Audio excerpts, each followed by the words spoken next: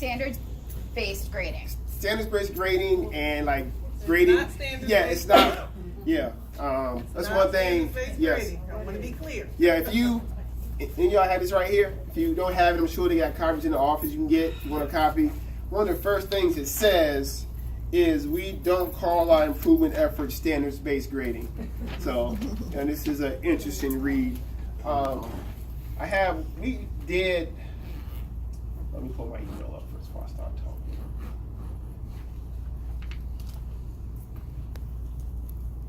So it's funny you say that, because when I went to the in-service for language arts department meeting, it was all about, they called it standards-based grading, and Woodbridge High School kind of started it as a pilot, and a lot of the other high schools are adopting it. So they had a fabulous PowerPoint, and we might even get those teachers from the high school to come in and present next year.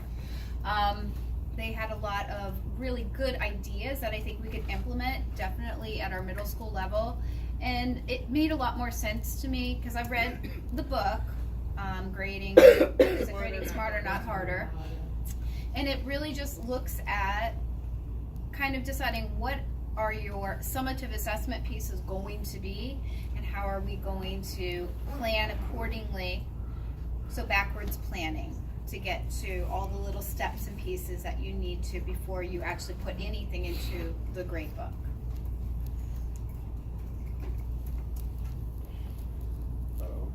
Never mind. I'll just do it from different here. All right.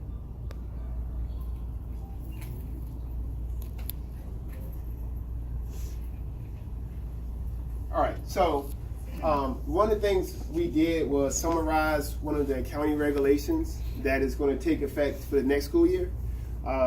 Did not put the whole thing up here for you to read, but just some of the things that seemed important.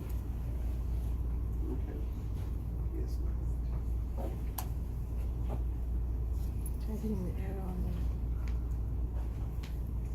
There we go. Taking this time. There we go. All right. So some assessment practices highlights. One of the things that kind of stood out is feedback on assessments shall be timely, whether graded or not. And assessments shall be graded using the practice outlined in 661-2. Like I said, I wasn't going to give you every little line of that regulation, but it's important that you take some time and read over it for next year.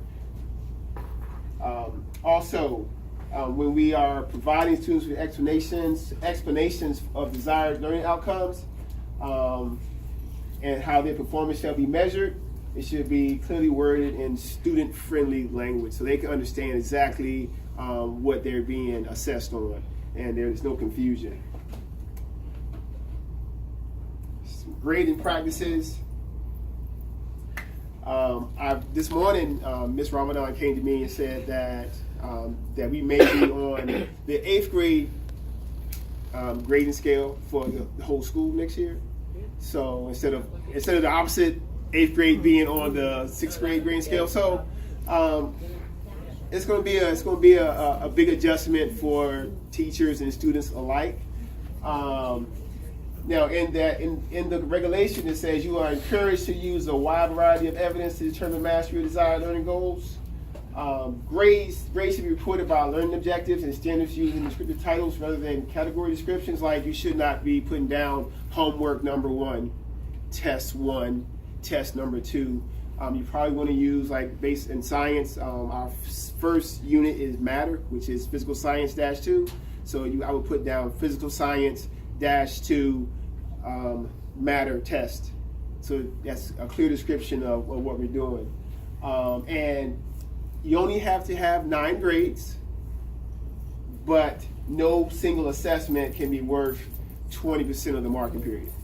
Okay, so you got to make sure that you don't have one assignment weighted more than 20% of the. We'll do 19.9, okay, but it can't be 20. All right.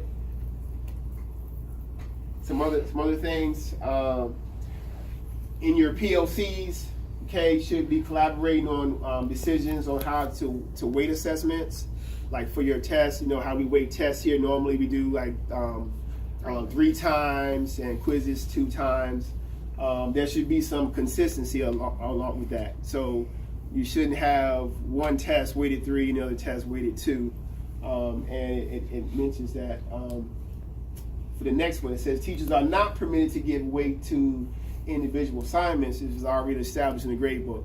So if we know that a test is worth 3, you cannot go in the grade book and say, okay, this test I'm going to weight it just 1 time. It should be weighted 3 across the board every time you give a test. Okay. Aren't there also ways that you can, if your test covers multiple objectives, you can give different sections of grades? Yeah, as well, you can, but one of the things that they mentioned in here is they're trying to kind of get away from that. They said they like in this one right here, this guy, it talks about Montgomery County and how they were doing it, and I mean I don't know it verbatim, but it mentions how, here you go, it says they had changed the report cards to include as many as 84 grades because they were doing similar to that. Yeah, okay. So, but other things to do in PLCs and across to school, it's in bold because this is what was on my paper that Mr. Ramadan gave me. It said that you need to set appropriate deadlines for reassessments, and it shall be done collaboratively. Okay, so that means in your PLCs you should be deciding what's the amount of time for a retest. Is it going to be a week? Is it going to be end of the quarter? Interim time, okay?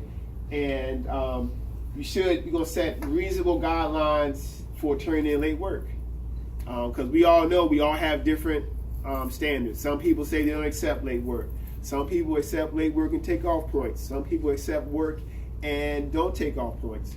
So we need to come up with a guideline that every teacher is going to use across the board, okay?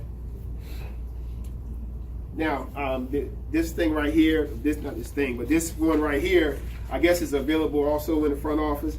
I didn't do a lot because it's a lot to read. So I just focus on the reassessment part. And I'm going to say something too. The document is, there's changes still happening.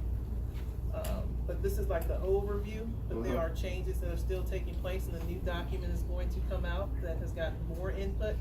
And Prince William County will be providing videos and resources to communicate the regulation and to share that information, so that you will be getting more information. But I wanted you to have an idea before you leave for the summer. But there will be more information coming out. And I think we're getting a new grade book next year, right? Yes. Yes, new grade book. So it's gonna be fun. All right. So in terms of retakes and reassessments, we need to come up with a plan that's requiring students to give evidence of relearning What they've done. Yeah. So you don't give a retest to a student who has spent the whole 4 weeks of learning, sleeping, not turning in work. Okay, you want to give students opportunities who are giving effort and showing they want to improve. All right. Now, it also mentioned that allow students who get C's and B's to redo work just as much as students who earn D's and F's. So, and in the reading, it mentions that if a student earns an A on that first turn taking a test, it's just as important as a student earning an A on their 5th time taking the test. Okay? So give kids opportunities to redo whether their grades are. Now, also it said, you got something you want to say? I was gonna say that before it came up. Okay, yeah. Replace previous grades with the recent one. I know sometimes we take a 2 assignments redone and average it together. We want to make sure we kind of give them their recent grade or their highest grade. Okay, when they show that they have came close or mastered the content. And I think that's it. Okay.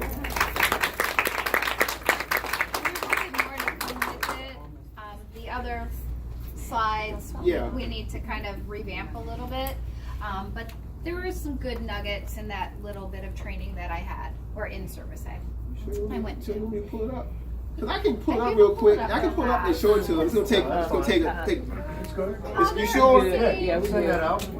All right, shoot. Well, that You one the can't boss. be sent out. Thank you.